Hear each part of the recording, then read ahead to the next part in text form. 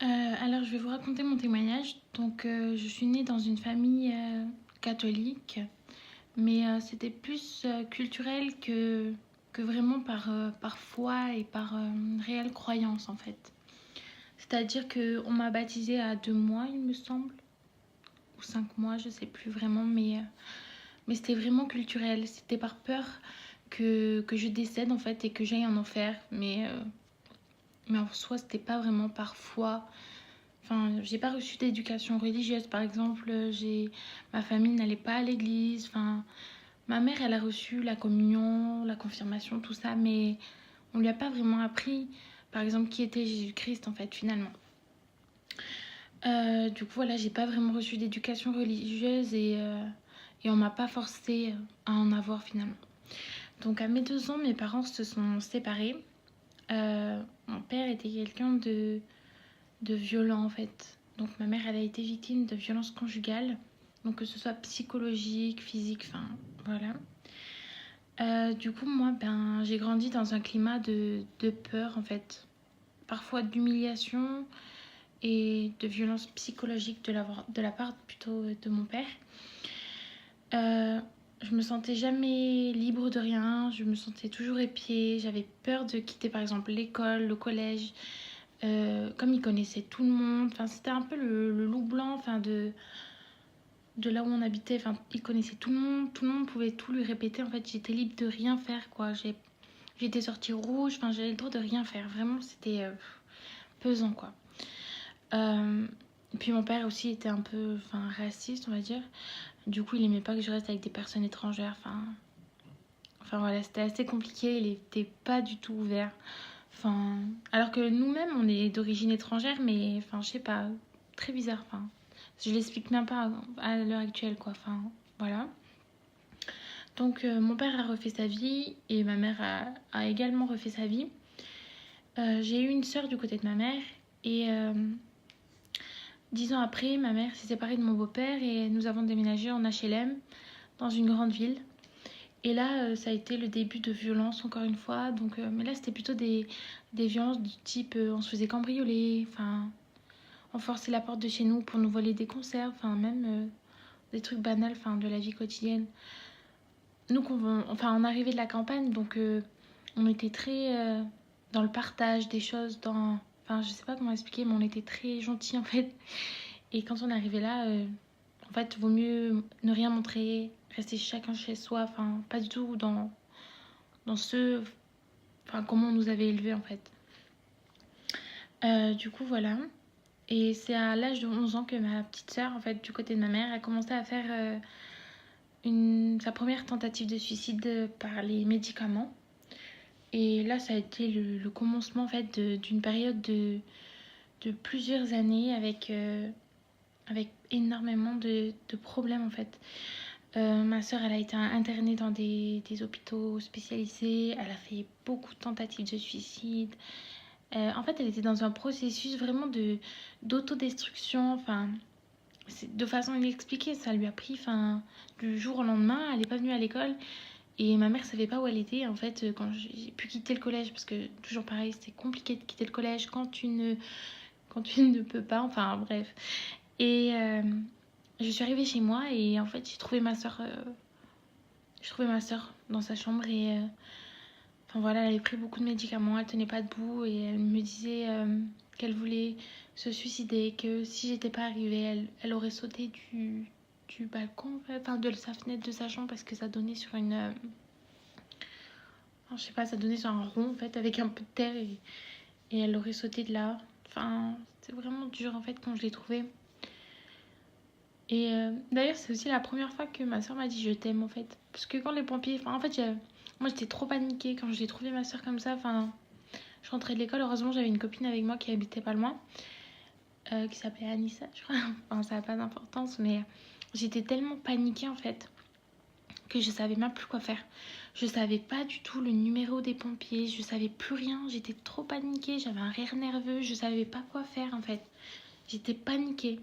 Vraiment, je vous jure, je savais pas quoi faire. J'étais mal. Je savais pas vraiment quoi faire. Enfin, j'étais vraiment perdue. heureusement, j'ai tellement paniqué, je demandais à ma copine c'est quoi le numéro des pompiers et tout, je savais même plus, c'est simple pourtant, mais avec la panique, je savais plus. Et là, j'ai appelé les pompiers du coup, et c'est les policiers qui sont venus d'abord, et genre, ils m'ont pas du tout pris au sérieux. Enfin, ok, j'avais 15-16 ans, mais bon, quand même, enfin, je te dis que ma soeur, elle a fait une tentative de suicide, enfin, pourquoi tu rigoles devant moi en fait, enfin, surtout qu'il l'a forcée à marcher, enfin, il la tenait, mais il se foutait, en fait, rigoler quoi, enfin. Moi, je voyais pas en quoi c'était drôle en fait. Je voyais ma soeur de. Elle avait même pas 10-11 ans souffrir en fait. Donc j'étais là, mais c'est quoi votre problème en fait? Genre vraiment. Enfin, c'était bizarre. Et ma mère en fait, elle était. Elle faisait sa formation d'infirmière, du coup elle était pas là. Et elle savait pas en fait. On s'imaginait pas en fait que ma soeur elle allait faire ça la première fois. Enfin. Et après, donc les pompiers sont arrivés, après les policiers. Et du coup, je suis montée avec ma soeur. Et là, c'est là que ma soeur elle m'a dit qu'elle m'aimait. Elle me l'avait jamais dit avant, donc c'était. Parce que j'avoue que, enfin, jeune, j'étais pas tout le temps tendre. Hein. J'avais vécu. Enfin, du coup, mon père m'avait montré de la violence. Du coup, j'étais quand même pas violente. Violente, mais parfois, quand ma soeur me cherchait, je tapais et je tapais fort, quoi. Enfin, je le voyais pas en fait. Mais genre, il y avait eu des impacts de ce que j'avais vu mon père faire et qui avait un impact sur moi en fait. Enfin, je reproduisais un peu des fois quand ça allait pas dans mon sens. Enfin, c'était pas tout le temps, mais bon, voilà, je m'en veux un peu d'avoir fait ça. Genre, quand elle me cherchait beaucoup, hein. Et en fait, j'avais pas de patience, j'étais vraiment impulsive et du coup, enfin, voilà, bref, je m'emportais. C'était un peu n'importe quoi quand j'y repense, mais bon, voilà. Et, et voilà, ma soeur, elle m'avait dit je t'aime pour la première fois, là. Du coup, j'en ai pleuré pendant longtemps parce que j'oublierai jamais. J'oublierai jamais ça parce qu'elle est très pudique. Ma soeur, elle parle jamais. Elle dit jamais quand ça va pas. C'est pour ça que je vous dis, moi et ma mère, on n'a pas vu la chose venir, quoi. Enfin, c'était. Enfin, voilà, on l'a pas vu venir en fait. Et donc, durant ces années de difficulté, on va dire, un jour, je vais chez ma grand-mère, du côté de ma mère, du coup. Et j'ai vu une croix de Fatima. Je sais pas si vous savez, c'est au Portugal en fait. Et du coup, je lui avais demandé si je pouvais la prendre. Et elle me l'avait donnée, du coup, ma grand-mère. Parce que du coup, ma grand-mère, elle est catholique, mais elle a eu l'enseignement, elle allait tout le temps à l'église et tout. Mais voilà quoi. Je trouve que c'est pas pareil que ce que moi je vis actuellement en fait dans ma vie. Et donc c'est là, au début de mes problèmes en fait, que j'ai acheté une Bible en fait. À Auchan, je crois que ça a coûté 1,90 €, enfin un truc comme ça. J'avais ouverte la Bible, j'ai rien compris. Je l'ai refermée, je l'ai laissée de côté et hop, voilà quoi. Je me suis dit mais c'est trop compliqué, enfin le français il est trop compliqué en plus à l'époque j'aimais pas lire. Vraiment j'aimais pas lire. Enfin voilà, j'aimais bien jouer aux jeux vidéo, j'aimais bien regarder des trucs un peu bizarres comme la télé-réalité j'avoue. Enfin tous les trucs qui me ressemblaient pas parce que finalement j'ai jamais été une fille pendant mon adolescence ni rien à aimer me bagarrer ou à aimer me montrer ou à aimer enfin l'alcool, la drogue, enfin les boîtes de nuit, tout ça, ça m'a jamais attirée en fait. Du coup, je sais pas pourquoi je regardais les télé-réalités parce que c'était tout le contraire de moi en fait. Mais je sais pas. Et voilà. Après, donc voilà, j'ai laissé la Bible de côté, j'avais rien compris. J'en pouvais plus, genre ma vie ça n'allait pas. Genre j'avais eu mon père qui était violent, après j'ai ma soeur qui allait mal. Enfin, vraiment que des épreuves. Enfin, à chaque fois, je me peignais, je me disais, ouais, j'ai 16 ans, 16 ans de galère. Enfin, je sais pas, c'était bizarre.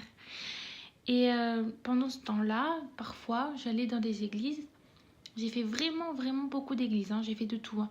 J'ai fait des églises catholiques, j'ai fait des églises orthodoxes, j'ai fait des églises évangéliques. Et en même temps, voilà, je sais pas ce que je voulais, je sais pas ce que j'espérais, mais ça mettait quelque chose dans mon cœur. Je sais pas. J'y allais, je sais pas si j'avais une attente particulière, mais j'y allais. Je pense qu'au fond de moi, je recherchais quelque chose. Parce que j'ai toujours cru qu'il y avait quelque chose au-dessus de nous. Je savais qu'il y avait un Dieu, mais je le connaissais pas en fait. Enfin voilà. Après, ma meilleure amie, c'était une musulmane, donc je me suis aussi intéressée à sa religion en fait. Mais parce que ça me semblait super beau sur les réseaux sociaux, tous les trucs et tout. Mais en fait, voilà quoi. J'ai lu le Coran, tout ça, et ça m'a pas touchée. Enfin, je sais pas comment expliquer, mais Mais voilà quoi. Après, je croyais qu'on. Moi, je me considérais pas chrétienne, mais j'avais Dieu dans ma vie. Pour moi, j'étais pas chrétienne, mais je croyais en Dieu, mais au Dieu de la Bible en fait. Sans avoir lu la Bible, c'était quand même fou. Mais du coup, ben, le Coran, je trouve ça. Il y avait des choses qui me dérangeaient en fait. Bref, le temps passait, tout ça. Et à 19 ans, j'ai rencontré un garçon, donc ça a été mon premier amour.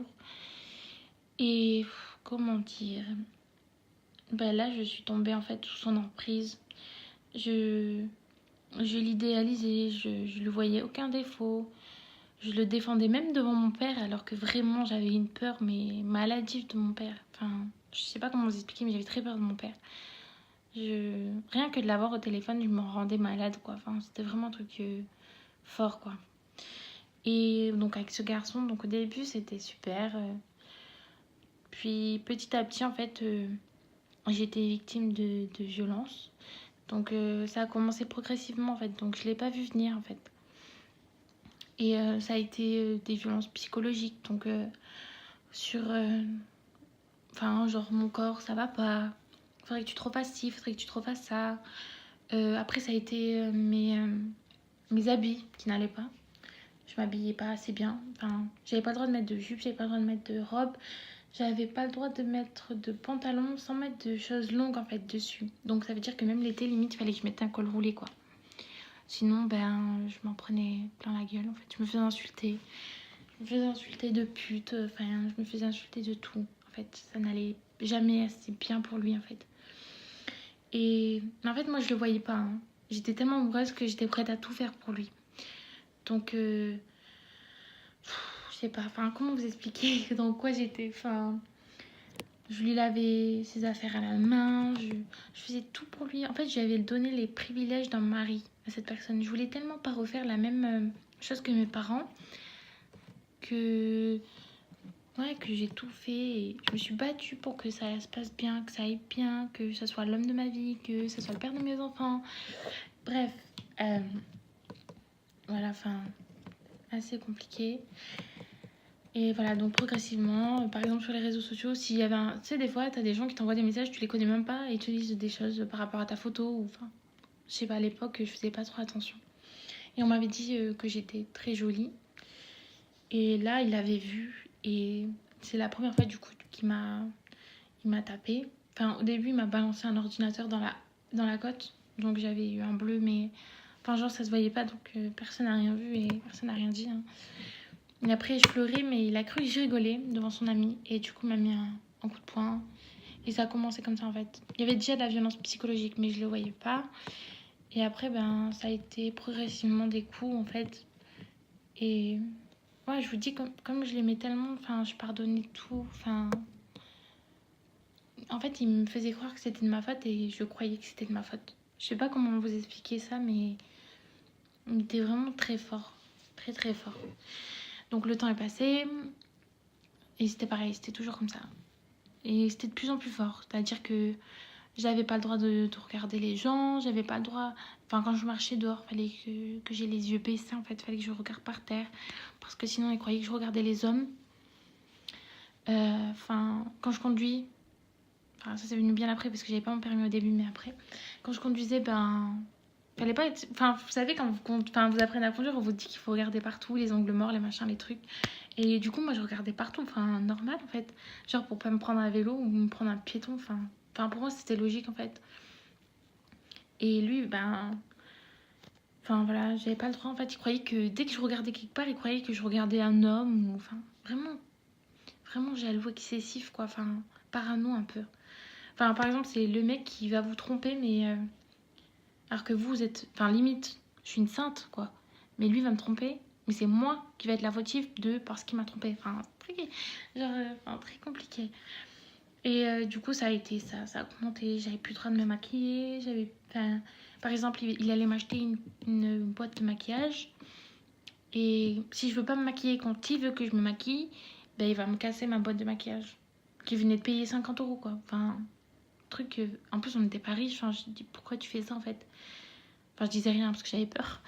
Mais voilà, enfin, ça me paraît bête. Maintenant, je me dis, mais. Enfin, ok. Enfin voilà, c'était des choses comme ça. Par exemple, on est parti en voyage à Londres et comme il se droguait et, quand il avait pas son truc, ben, il était méchant quoi. Enfin, je sais pas comment expliquer l'état de manque en fait. Et il suffisait que j'ai pas de veste pour cacher mes formes ou que j'ai pas ci ou ça, ben je m'en prenais plein la tête. Je me faisais insulter. En fait, tous les voyages qu'on a fait, ça aurait dû être des moments superbes en fait, puisqu'on a été à Disney, on a été à Londres, on a été en Espagne. Et en fait, le problème, c'est que à chaque fois, ça n'a jamais été aussi bien que ça aurait dû l'être. Enfin, dans un couple, je pense, normal, il n'y aurait pas eu tout ça en fait. Mais moi, à chaque fois, par exemple, si ça allait bien pendant 5 heures, fallait qu'au bout de la 5e heure, il fallait qu'il y ait une crise, quoi. Fallait qu'il me crie dessus pour quelque chose, quoi. Enfin, c'est comme si c'était un besoin en lui, en fait. Donc à Disney, c'était par rapport à la veste. J'avais oublié de prendre une veste. Du coup, j'avais un manteau, tout ça, mais j'avais pas de veste pour cacher mon jean, en fait. Fallait que je cache mes fesses et tout. Enfin, moi, pour moi, Disney, il n'y a même pas. Enfin, je me sens tellement bien là-bas qu'il n'y a pas de cet effet de perversion. Enfin, les gens sont pas pervers. Enfin, je me dis. Enfin, c'est des familles, c'est des parents, il y a leurs enfants, enfin. Mais lui, il voyait que l'effet pervers. Enfin, je sais pas comment expliquer, mais vraiment, c'était bizarre. Enfin, du coup, ben voilà, je me faisais taper, je me faisais insulter de pute, enfin, de tout en fait. Vraiment, c'était dur psychologiquement. Et du coup, je m'enfermais dans la salle de bain pour me protéger parce que j'avais peur. J'avais très peur. En vrai, je sais même pas comment vous raconter tout ça parce que j'ai l'impression que c'est rien face à tout ce que j'ai vécu. Vraiment. Enfin bref. Donc en fait, je voulais à tout prix ne pas le laisser. En fait, je voulais vraiment ne pas reproduire ce que ma mère avait vécu. C'est-à-dire que je voulais pas qu'après son... Enfin, ma mère, elle s'est laissée après son mariage, quoi, en fait. 2 ans après. Et mon père, il était violent même avant, mais il lui avait dit, je vais changer, tout ça. Et moi, enfin, je voulais tellement pas avoir... Enfin, je voulais que la première personne, ce soit la dernière, en fait. Du coup, je voulais pas qu'il me laisse. Alors qu'il en jouait au début, il en jouait, il disait je vais te laisser. Et moi je pleurais, je lui courais après, je voulais tellement pas qu'il me laisse. C'était comme si j'étais dépendante à lui, c'était comme si c'était ma drogue. Alors que pourtant c'est moi qui avais tout à lui donner. Enfin, c'est ma mère qui l'hébergeait avec moi. Enfin, j'avais mon permis, il l'avait pas, j'avais de l'argent, il en avait pas. Enfin, c'est moi qui faisais tout pour lui. Je lui donnais de l'argent, je faisais tout, tout, tout. Et il me faisait peur comme ça. Enfin, il me tenait. C'est comme ça en fait qu'il a instauré l'emprise sur moi en me contrôlant en fait. Au fur et à mesure, j'étais plus moi-même. J'étais devenue quelqu'un d'autre en fait. Par exemple, la musique que j'aimais, moi je suis d'origine latine, du coup j'aimais bien la musique latine. Et au fur et à mesure de la relation, ben, quand j'allais mettre une musique latine, ben lui allait l'arrêter pour mettre une musique de chez lui en fait. Et au fur et à mesure, comme mais il me disait tout le temps qu'il aimait pas ou que voilà, il préférait faire ça, ça. Ben, en fait, c'est comme si je m'étais calquée sur lui en fait. J'essayais de tellement lui plaire que j'oubliais ce que je suis moi, j'oubliais ce que j'aimais moi pour, pour être on va dire, la femme parfaite à ses yeux. Sauf qu'après, j'ai vu bien après que c'est pas comme ça que ça marche. Donc bref, ça a fait que ben, plus le temps avançait, plus j'étais pas libre en fait, j'étais pas libre d'être moi-même. J'étais pas libre de m'habiller comme je voulais, j'étais pas libre d'écouter ce que je voulais, j'étais pas libre de côtoyer les personnes que je voulais. J'étais pas libre de voir mes cousins comme je voulais, j'étais pas libre d'être moi-même en fait. J'étais plus moi en fait. C'était comme si lui était devenu le centre de mon monde, de ma vie. Mais moi je le voyais pas en fait. J'étais tellement sous emprise, tellement amoureuse, tellement que je voyais rien. Clairement, je voyais rien. Je pensais que c'était normal de tout donner pour la personne que tu aimes, en fait. Mais pour moi, c'était mon mari. Je l'avais présenté à ma famille. Il m'avait présenté à sa famille. C'était... Pour moi, je ne m'abandonnerai jamais. Enfin, et je l'abandonnerai jamais, quoi. À la vie, à la mort. Enfin, vraiment, j'étais dans... Enfin, je sais pas. C'était tellement tout ce que je voulais jeune que... Ben, voilà, voilà. Et enfin, plus j'ai avancé dans la relation, plus ça a été fort. Les violences, surtout psychologiques en fait. il m'isolait, enfin, j'avais plus personne. Je savais pas à qui parler de mes problèmes parce qu'on me comprenait pas en fait. On me disait, mais pourquoi tu pars pas? Oui, mais en fait, tu comprends pas que j'y arrive pas. Quelque part, j'ai peur. Enfin, j'ai quelqu'un qui menace de faire du mal à ma famille. J'ai peur que. Enfin, il m'a tapé plusieurs fois. Enfin, tu vois, enfin, désolée, je fais que répéter ça, mais. Enfin, voilà, les gens, ils comprennent pas en fait que c'est dur de partir quand une femme est victime de violence. Enfin, je sais pas. Surtout que moi, j'avais grandi avec ça petite, donc pour moi, peut-être qu'inconsciemment, c'était ça la normalité en fait. Enfin, vraiment, je me suis dit, mais. Bref, du coup, voilà, ça a été de plus en plus fort. Ça a été. C'était dur en fait. Il était violent avec moi, il était violent psychologiquement, il m'insultait. Enfin, c'était vraiment lourd. Lourd, j'étais fatiguée. Je me créais des maladies. J'ai commencé à rentrer dans une dépression. Je m'aimais pas, je me supportais pas. J'avais des pensées suicidaires, j'avais peur qu'il me tue. J'avais tout en fait. C'était un mélange de tout. Et je sais pas comment expliquer tout ça, mais voilà. Je sais pas, c'était dur en fait. C'était vraiment très dur. Mais les gens ils comprennent tellement pas que c'est dur de s'en sortir en fait. Heureusement, quelque part, j'avais ma mère. Et ma mère, elle a vécu quasiment la même chose. Sauf que elle, le jour où elle est partie, elle s'est plus jamais retournée. Que moi, ben, parfois je partais, j'essayais de le quitter et je repartais après avec lui. Donc, en fait, comme il m'avait tellement isolée, enfin, j'avais tellement que lui que. En fait, c'est comme si la personne qui vous fait le plus de mal, c'est aussi la personne qui vous fait le plus de bien. Du coup, c'est-à-dire que c'est la personne qui va vous faire du mal, donc qui va vous blesser, mais c'est aussi elle qui va guérir votre angoisse, qui va vous apaiser. C'est vraiment un truc de fou. Enfin, après, je pense que vraiment, pour me comprendre, il faut l'avoir vécu parce que sinon, c'est dur de se mettre à la place des gens. À part si vous êtes hyper empathique. Mais sinon, voilà. Donc, enfin voilà, j'avais pas le droit de côtoyer des hommes, j'avais pas le droit de. Enfin, même dans le travail, c'était compliqué. Enfin, moi, j'étais à l'école. Du coup, en fait, je restais tout le temps seule parce que j'avais peur qu'ils me voient avec des collègues. Parce que enfin, dans les groupes, les gens, ils parlent avec des hommes et c'est pas grave en fait. Il n'y a pas de mal en soi en fait. Mais moi, du coup, j'avais tellement peur qu'ils me voient ou qu'ils viennent et qu'ils voient qu'il y a quelqu'un qui me parle que je me mettais toute seule et je me mettais à part. Je mangeais seule, enfin, c'était dur, j'étais seule en fait. J'étais vraiment seule. Et. Enfin bref, voilà, ma vie elle tournait autour de lui. J'étais plus libre d'être moi-même, j'étais plus moi-même. Et en fait, le pire de ça, c'est que je le voyais pas. Mais Dieu me montrait plein de signes, hein, comme quoi la relation c'était pas la bonne en fait, mais depuis le début. Et moi, je le voyais tellement pas. Je vous jure, j'avais un voile. J'avais un voile devant mes yeux qui m'empêchait de voir tout ça. Et enfin, le temps passait. Il allait sur des sites de rencontres. Et je vous dis, Dieu me montrait tout. À chaque fois, Dieu me disait, enfin, je sais pas comment vous dire, mais dans mon cœur, il me disait, regarde son téléphone, regarde ci, va voir là. Et à chaque fois, je tombais sur des choses en fait. Je voyais tout. Il a jamais pu me cacher quelque chose parce que j'ai toujours su. À un moment donné, j'ai toujours su. Comme on dit, je crois que le mensonge prend l'ascenseur, mais la vérité prend l'escalier ou je sais pas quoi. Et à la fin, ben, on sait quand même tout. Même si ça prend du temps, on finit par tout savoir. Et du coup, voilà, il allait sur des sites pornographiques. Enfin, il était vraiment accro à des choses bizarres. Enfin, c'était vraiment bizarre. Et moi, je l'avais pas vu. Hein. Et enfin, voilà, des sites de rencontres. Il parlait à des filles. Alors moi, en fait, il me dévalorisait, c'est-à-dire qu'il m'insultait. Il me disait que j'étais pas assez ça, pas assez ci, pas assez là, même physiquement. Mais il allait sur des sites de rencontres dire à des filles qui connaissaient même pas qu'elles étaient belles. Et moi, il me le disait pas, en fait. Moi, en fait, j'étais l'objet de. Moi, j'étais celle qu'on rabaisse, en fait. Celle qui est là pour moi, mais celle que t'as envie de. Enfin, je sais pas, en fait, ce qu'il avait envie de me faire du mal, je sais pas. Pourtant, j'étais la personne qui faisait tout pour lui. Enfin, vraiment, je faisais tous ses papiers. Enfin le rôle d'une femme, quoi. Enfin d'une épouse, même. Je dirais que, voilà, je lui donnais le privilège de mon époux. Voilà, carrément. Et voilà, lui, voilà. Et puis, il est arrivé un temps où, ben, il m'a trompée. Mais vraiment, vraiment, quoi. Pas seulement des sites de rencontres, tout ça. Et il m'a rendue malade.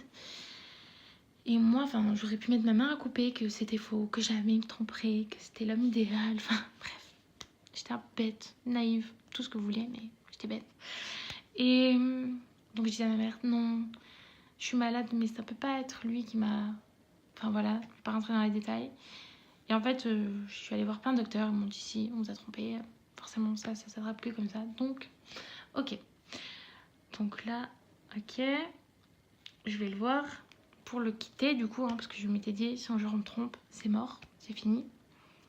Même s'il y en a qui disaient, oui, le site de rencontre, c'est de la tromperie. Oui, je sais.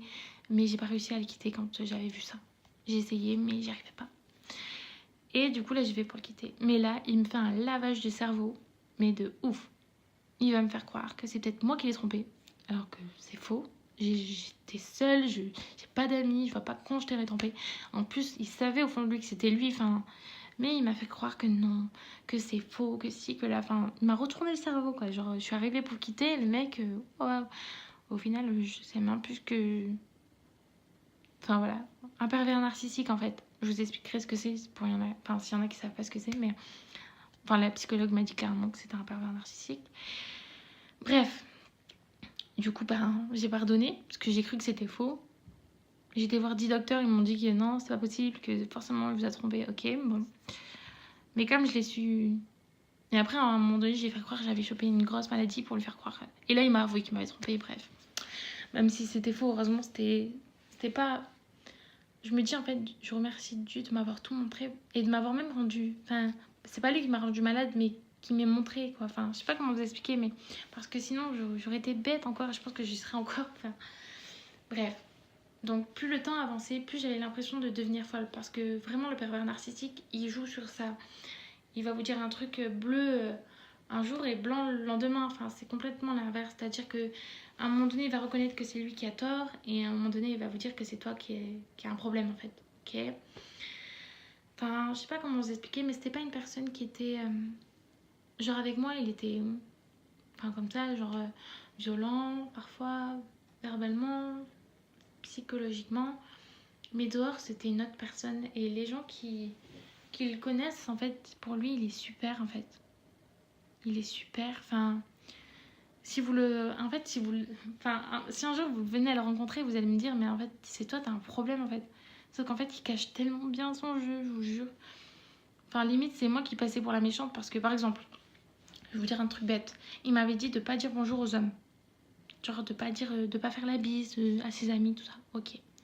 Et genre, quand il allait avoir un ami à lui qui allait venir, donc moi, genre, ses amis, ils viennent pour me faire la bise et moi, je les recale, en fait. Parce que du coup, j'ai peur, parce qu'il me dit que, genre, faut surtout pas que je le fasse. Du coup, je les recale, enfin, je leur serre la main ou tu vois, des trucs comme ça. Et après que son ami soit parti, il va venir me voir pour me dire, mais pourquoi tu leur as pas dit bonjour, en fait? Genre, en fait, du coup, ses amis, ils pensaient que, genre, j'étais mal polie ou que... Je sais pas comment vous expliquer, mais genre que c'est moi qui avais un problème. Alors que non, en fait, c'est pas moi qui ai un problème. Moi, je suis polie, je t'aurais dit bonjour, normal, enfin, ça me faisait rien, en fait. Mais c'est lui qui me disait de pas le faire, en fait. Et quand je le faisais, si je le faisais, en fait, je m'en prenais plein la tête, je me faisais insulter. Genre, si j'avais le malheur de rigoler à une blague d'un de ses amis, je m'en prenais plein la gueule, je me faisais insulter. Enfin, il était jaloux, donc il me tapait. Enfin, c'était vraiment n'importe quoi. Mais quand je le faisais pas, il me faisait la remarque de pourquoi tu l'as pas fait. Alors que c'est toi qui m'as demandé de pas le faire. Enfin, je vous jure, je devenais tarée, en fait. Et... Enfin, voilà, après, c'était pareil, mes habits, que si je mettais un truc qui ne lui allait pas, j'étais une pute. Et enfin, encore plein de choses qui étaient dures psychologiquement et qui ont eu un impact sur ma personne, en fait. Donc, c'est là, du coup, quand il m'a vraiment isolée, que j'étais seule, que j'avais pas...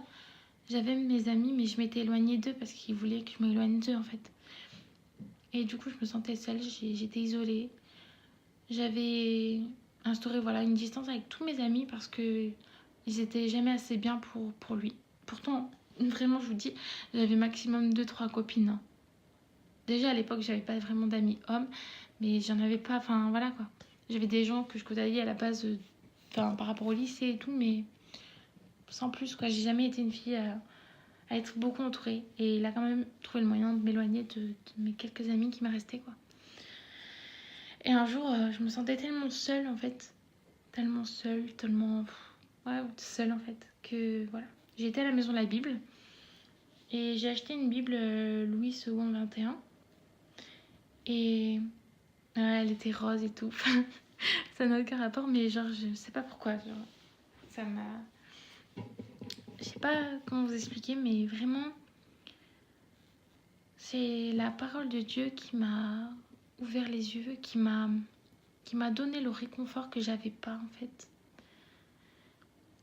Alors je vous dis, j'avais ma mère, hein. Ma mère elle a tout fait pour... quand elle a vu que... Parce que ma mère elle a vu ce changement en moi de comportement. Mais en fait elle avait beau me dire quoi que ce soit. Enfin limite je me serais mis à dos ma mère pour cet homme parce que je croyais pas tout ce qu'on me disait en fait. Et... Mais ma mère c'était quand même ma meilleure amie. Enfin je sais pas comment vous expliquer parce que moi ma mère je lui dis tout en fait. Et elle me disait mais... Enfin ce que tu me dis là c'est pas normal. Ta relation elle est pas normale. Elle me disait oui, on dirait ton père, enfin c'est pas bon en fait. Et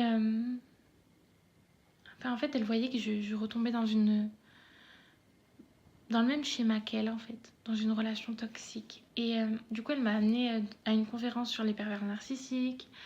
Elle m'a acheté un livre sur la dépendance amoureuse. Et vraiment, je pense que Dieu s'est servi de ma mère et de toutes les personnes que j'ai rencontrées après pour m'ouvrir les yeux en fait.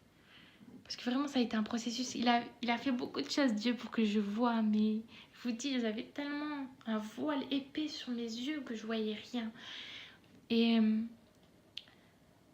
enfin, vraiment, c'était toxique. Et ça a été long. Vraiment, ça a été très long pour que je voie les yeux. Vraiment, ça a pris 4 ans, 5 ans, quasiment 5 ans. Pour que vraiment j'arrive à me sortir de là. Vraiment, entièrement. Et là encore, c'est difficile à ce jour. Donc... Et en fait, un jour, j'ai vu que ma relation elle avait un impact sur mes études. Genre, je venais d'un stage et là, on m'a fait des réflexions, j'ai pété un plomb en fait. Je me suis dit non, dans ma tête, je me suis dit non, c'est pas possible. Genre, ma vie privée, elle va pas. Si mes études vont pas non plus, mais enfin, ma vie, c'est quoi en fait? Du coup, on m'avait parlé de la maison des femmes. Et du coup, j'y suis allée. Et je sais pas, j'étais tellement mal que je savais pas quoi faire. J'ai raconté toute ma vie aux deux dames qui étaient en face de moi. Je crois que c'était une psychologue et une bénévole en fait de l'association. Et en fait, elles m'ont permise de mettre des mots sur la souffrance que je vivais. Et elles m'ont vraiment expliqué le processus de la violence conjugale en fait. Le fait que par exemple, il allait avoir une crise, donc violence. Après, il y a la lune de miel, donc c'est quand l'homme cherche à se racheter, ou la femme, hein, parce qu'il y a des femmes qui tapent leur mari, mais bon. Quand l'homme donc voilà, cherche à se racheter, qu'il va vouloir vous faire des cadeaux, qu'il va vouloir s'excuser 1000 fois. Non, ça c'est après. Ça, c'est... Donc au début, il cherche à se faire pardonner, donc en vous invitant au restaurant, en vous offrant des fleurs, enfin bref. Après, il se justifie. Donc il va vous dire que c'est votre faute, mais par exemple, moi, il me disait c'est à cause de toi que j'ai fait ça. Genre, en gros, je t'ai tapé, mais c'est ta faute. Mais genre, je reconnais que c'est un peu la mienne. Du coup, ben voilà. Et après, ben en gros, il y avait encore une phase de super bien, tu vois. Du coup, c'était pour que tu retombes dedans. Et du coup, moi, je retombais tout le temps, bêtement en fait. Et vraiment, elles m'ont permis voilà, de mettre des mots sur ce que je vivais. Et, et le fait que ça vienne de personnes extérieures que ma mère, en fait, ça m'a aidé à accepter tout ça. Parce que ma mère, enfin, c'est ma mère, quoi. Enfin, je me disais, ouais, enfin, voilà, quoi. Enfin, elle m'a beaucoup aidée, hein. Dieu s'est servi d'elle, mais voilà, j'avais besoin de l'entendre encore. Et un jour vraiment, c'était tellement violent que j'avais tellement peur. Parce que j'étais repartie avec cet homme, hein. Ça a été dur, hein. Vraiment, je vous dis, j'ai fait que ça, partir, revenir, partir, revenir. Enfin, et un jour, j'ai eu tellement peur qu'il me tape, en fait. Enfin, je vous jure, en fait, j'avais tellement peur que... Je sais pas comment vous expliquer, mais j'avais peur de mourir, en fait. Je me voyais mourir. Je me voyais... Je pensais qu'il allait me taper, que j'allais me prendre le lavabo, que j'allais mourir, en fait. Genre... je sais pas vous expliquer, mais ce jour-là, j'ai cru que j'allais mourir. Vraiment, je vous jure, j'avais tellement peur. En fait, j'y avais pris un couteau et tout, j'avais menacé de me tuer. Parce qu'il m'avait enfermée à la maison, je pouvais pas sortir. Il me faisait peur, il me tapait, je pouvais pas m'enfuir. Enfin, je sais pas comment... Je sais pas comment vous expliquer, mais c'était dur. Et...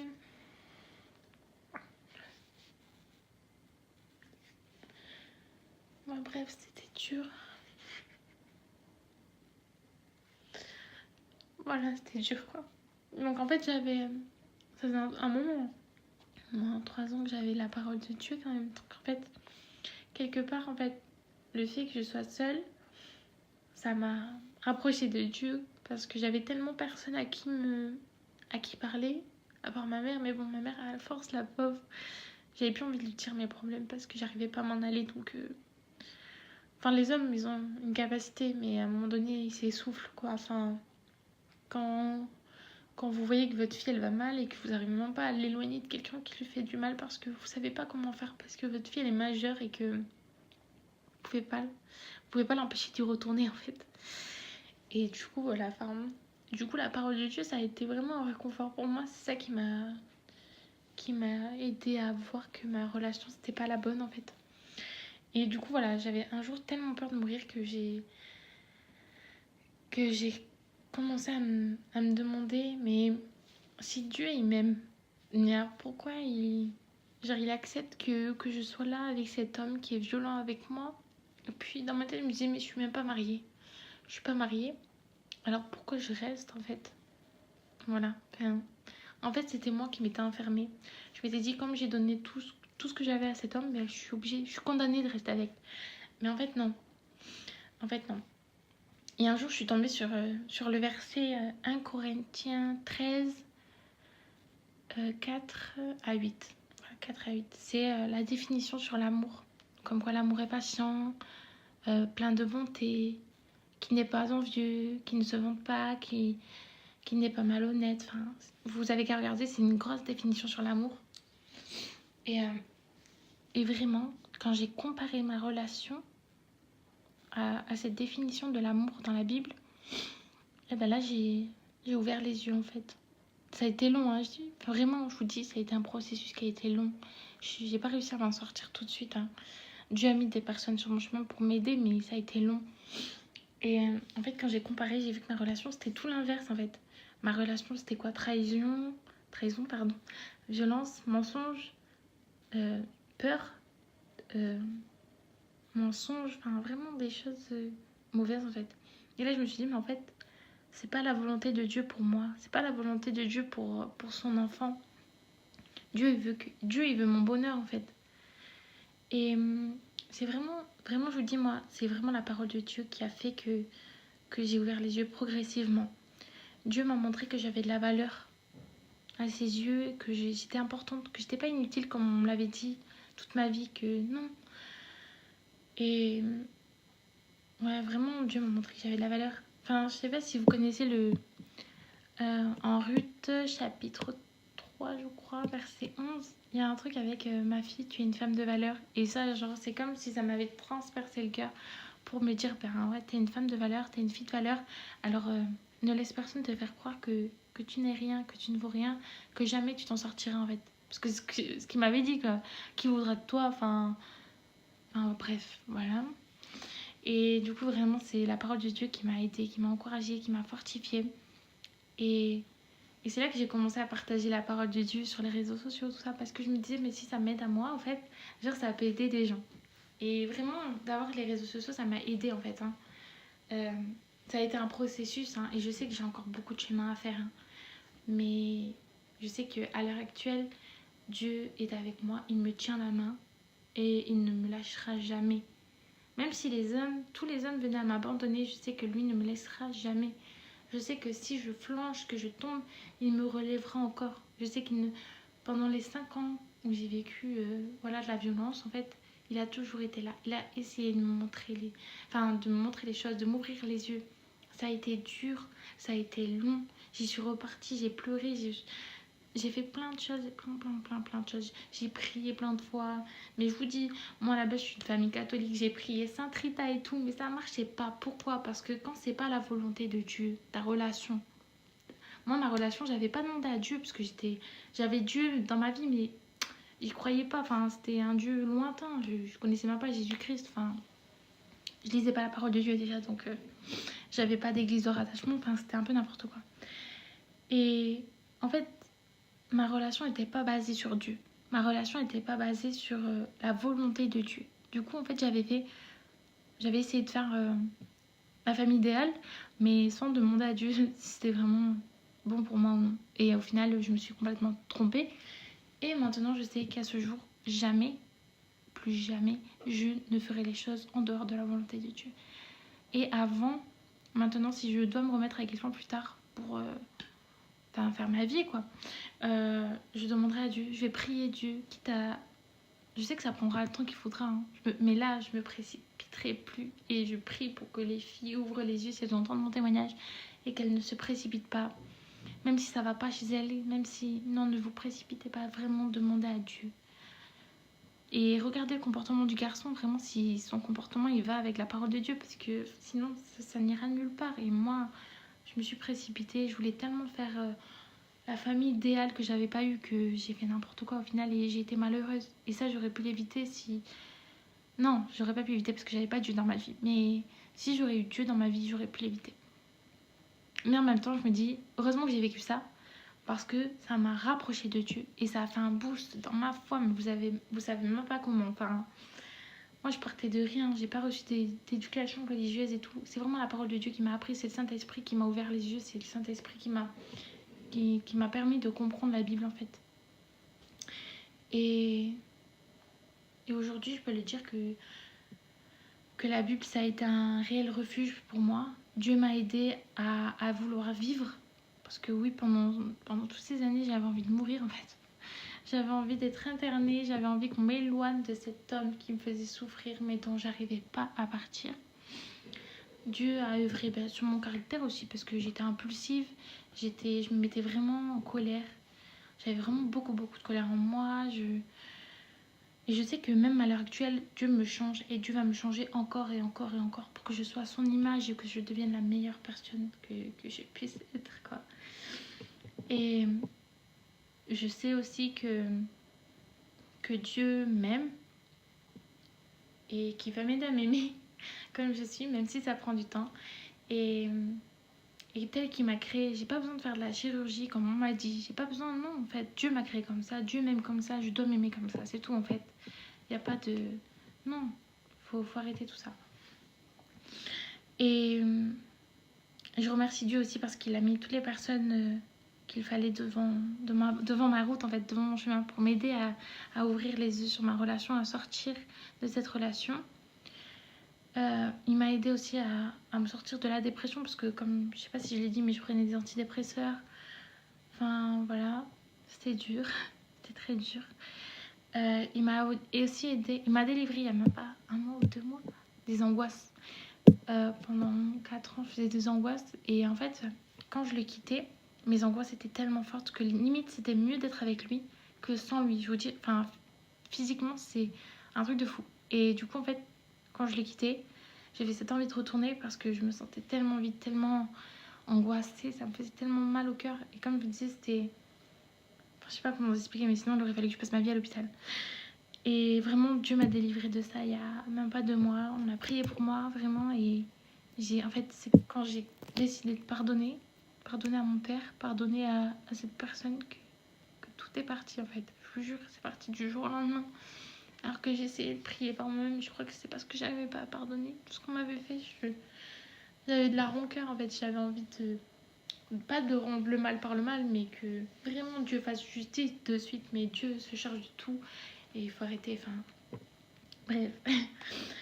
Et voilà, je remercie Dieu pour ma soeur aussi, puisque ma soeur, du coup, elle va beaucoup mieux. Elle n'est plus dans ce processus d'autodestruction, elle n'est plus dans cette envie de mourir, elle est plus... Enfin non, elle va super bien, elle boit pas, elle fume plus, elle est devenue maman, enfin... Maman jeune, mais je sais que ce sera une bonne mère et je sais que c'est une bonne personne et je sais que Dieu est en train de la chercher et qu'il l'a trouvée là. Bref, je suis très contente. Et aussi pour ma mère qui a trouvé Dieu aussi. Elle était déjà en cheminement, ma mère, mais voilà, Dieu s'est servi de moi pour la toucher, pour lui parler de Jésus-Christ. Et maintenant, on va à l'église ensemble. Enfin, ça fait maintenant presque 8 mois qu'on va à l'église ensemble.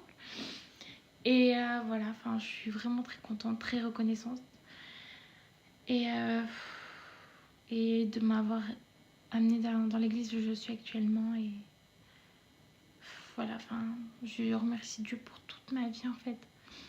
Et je sais que c'est pas des projets de malheur qu'il a sur ma vie, mais vraiment des projets pardon, de paix et de bonheur, et que tous ces enfants méritent d'être heureux. Et c'est pas Dieu qui nous condamne, hein. Une fois qu'on lui a demandé pardon, c'est pas Dieu qui nous condamne. C'est nous. C'est nous-mêmes, on se condamne en fait. On se condamne, on demande pardon, mais on lui laisse pas nos fardeaux, on les remporte avec nous. Et non, faut pas faire ça en fait. Faut se libérer une fois pour toutes. En Jésus-Christ, on est libre. Ma relation, elle m'a oppressée. Ma relation, elle m'a empêché d'être libre. Et Jésus-Christ m'a aidée à... Je sais pas comment t'expliquer, mais aujourd'hui, je dis pas que c'est facile, hein. C'est dur, j'ai encore des fois j'ai peur, des fois j'ai plein de choses qui vont pas. Mais vraiment, comme je vous disais tout à l'heure, je suis plus seule pour affronter tout ça. Il y a Dieu qui est avec moi, et je sais que même si c'est dur maintenant, parce que c'est encore dur, j'ai encore beaucoup de séquelles de la relation, mais je sais que je suis pas seule, et que Dieu est avec moi, et que il ne m'abandonnera jamais. Voilà. J'espère que vous avez un peu compris mon témoignage, même si c'est assez compliqué de résumer toute ma vie, hein. Mais voilà. Que Dieu vous bénisse. Et aussi, je voulais rajouter que, que vraiment, on ne peut pas changer quelqu'un. Parce que moi, c'est ce que j'ai voulu pendant toute ma relation. En fait, j'ai voulu que cette personne change, j'ai voulu l'aider à changer. Le problème, c'est qu'on ne peut pas changer quelqu'un sans sa volonté à lui. Et le seul qui peut vous changer véritablement, c'est Jésus-Christ. Mais pour ça, il faut de la volonté, et il faut poser des actes. Et un pervers narcissique, c'est un peu comme un alcoolique qui refuse enfin, qui ne voit pas qu'il est alcoolique. Jamais il pourra changer puisqu'il ne sait pas, il ne veut pas voir qu'il est alcoolique. Je sais pas si vous voyez, mais voilà. Et vraiment, j'ai souhaité prendre mon baptême pour entamer une nouvelle vie avec Dieu. Et vraiment, c'était un acte de foi en fait. Je voulais donner à Dieu toute la place qu'il mérite dans ma vie.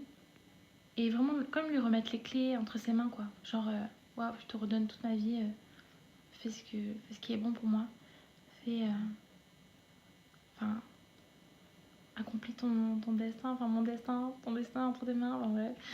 Accomplis le plan que tu as réservé pour ma vie, quoi. Et, euh, et voilà. Même si ta vie c'est une histoire, certains chapitres sont difficiles, certains sont plus heureux, et certains sont même victorieux, mais si tu ne tournes pas la page, tu ne sauras jamais ce que Dieu te réserve pour la suite de ton histoire. Voilà. Bon, ben, cette fois, je vous dis à plus tard, peut-être, et que Dieu vous bénisse.